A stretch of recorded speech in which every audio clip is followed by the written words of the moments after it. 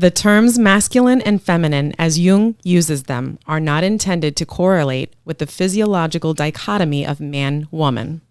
For this reason, concepts such as yang and yin or logos and eros are helpful because they make it clear that what we are concerned with here are two life principles. And again, that's from Jung and the Tarot. Now. And the Tarot. Now. So what does that mean? Okay, so one of the things that I want to be able to express prior to start talking about these things is that there is no denying, based on our powers of observation and deduction, that and based on the five senses, just the limited. If we're looking at life without any tools that we've created and without everything, it's plain to see that there are differences between things and people and animals, you know. And we're all different. We're all different in that aspect, and it is important to say that because at the same token, we're all equal in the sense of we share the same ecosystem, you know, which is the Earth. Right. So you have that, but I want to go back to the idea of understanding that there are different forces at play, and if you look at our world, and this is one of the great things that our science has been able to discover, is that if you look at our world and you really deduce it and look at different points, you see that there are different energies in play. You know, philosophically speaking, we've called that the ethos and the eros. You know, the yin and yang, the positives and negatives, and masculine and feminine, right? These are attributes that we give to dualities. I mean, we had in our episode of dualities, we set the foundation for it. Mm-hmm. And we want to be able to talk about more of the mental, psychological, spiritual significance of those opposite energies and how they interplay within us. Mm-hmm. You know, because it's easy for in our physical, we categorize things, right? Male and female. So the traditional and we see that changing, is that because we're so focused on separating and understanding a world by separation, we create female and we assign that with a side of weakness or less stronger and so forth and so on. Male, dominant, whatever, you know. And so we're going through those changes, but what we're failing to recognize, in my opinion, is that there's energies within us that we need to justify, that we need to make sense of them. Does that make sense? Somewhat. Like, what is it? Tell me, what is it that you're not getting? No, you need to continue to elaborate. Okay. So, all right, sorry. You're on the path. Mm-hmm. I get what you mean. So we have a lot of equality. Like, yes, we both have equal things. We have, similar things. We breathe the same air, etc.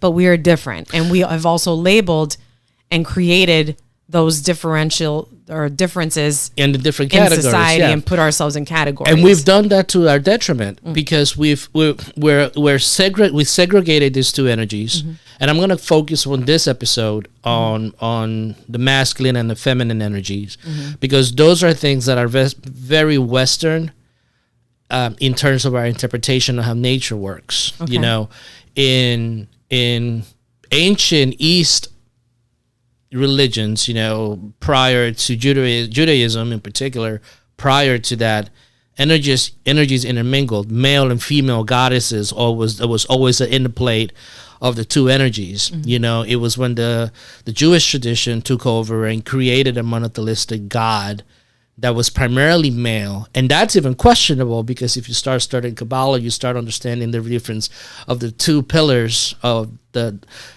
the center pillar. And there's things, documentations in Kabbalistic thought that, you know, disputes the separation, and there's a reason for the separation. But we've gained that through our history, and we're so hyper-focused on those two things as separate material entities, and we fail to recognize that how those energies interplay within us. You know, the masculine and the feminine, the yin and the yang, these two positive, you know, energies, how they interplay within us. And we need to do a better understanding of what those are. So what Carl Jung is referring to is those archetypal forces that are primordial in our development.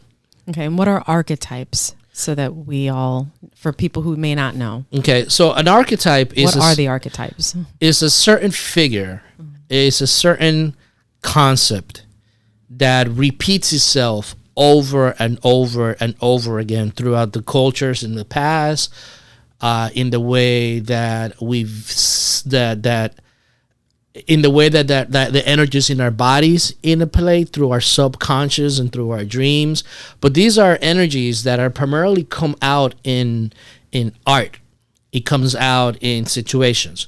When we understand what those archetypes are, those are energies that are afflicting us at a certain moment. When people look at Carl Jung and they look at the diagram of the collective conscious, there's only a few archetypes that come out from that particular part. You have the shadow, you have the Anima, the Animus. You have the persona is what you believe in, the ego. So you have all those different archetypes, and they symbolize male, female, the Anima and the Animus, how it afflicts each human based on the gender a little bit differently.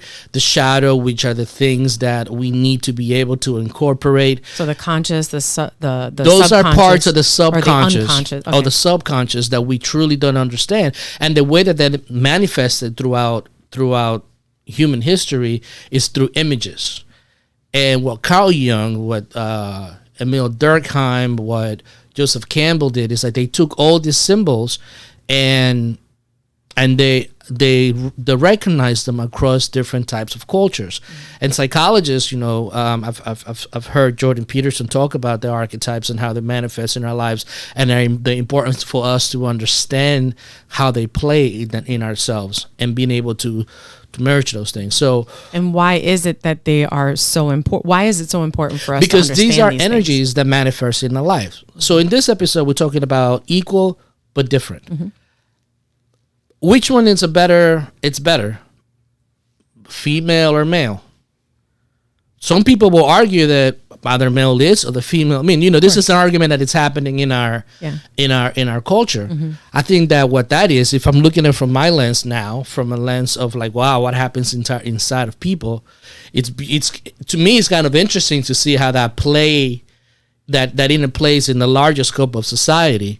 But what it is our inability to internally create a balance within those those natures inside of us. Right.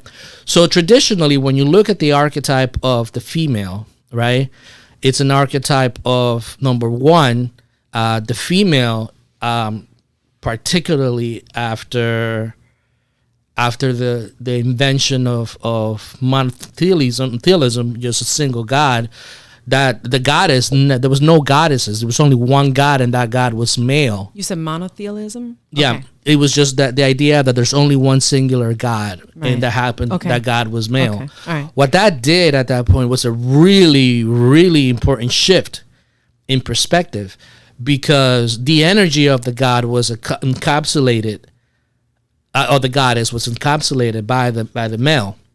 Prior to that, you have Zeus, Apollo, same god, but Hera ruled with Apollo and caused mayhem, and they both caused mayhem together. There were different goddesses that attributed to different energies, energies of the harvest, energies of wisdom. You had Athena, you have Aphrodite. Mm-hmm. So you had the interchange of those aspects, because the feminine, what it does is it's a scary thing. The feminine power or the yang power, mm-hmm, because it's creation, right? Mm-hmm. And creation is finite, and creation is beautiful when it arises, but it has the inevitability of being destroyed, that it will come to a finality.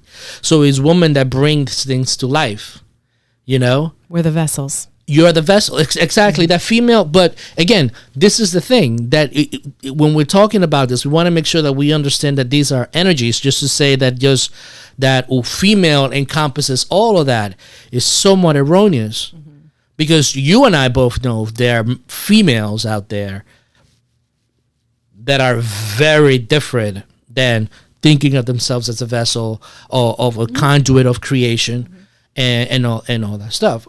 You know, so when you look at that, you look at that energy, and that energy is one of creation, you know, fertility, innovation, bringing those type of things. Now, again, these are energies.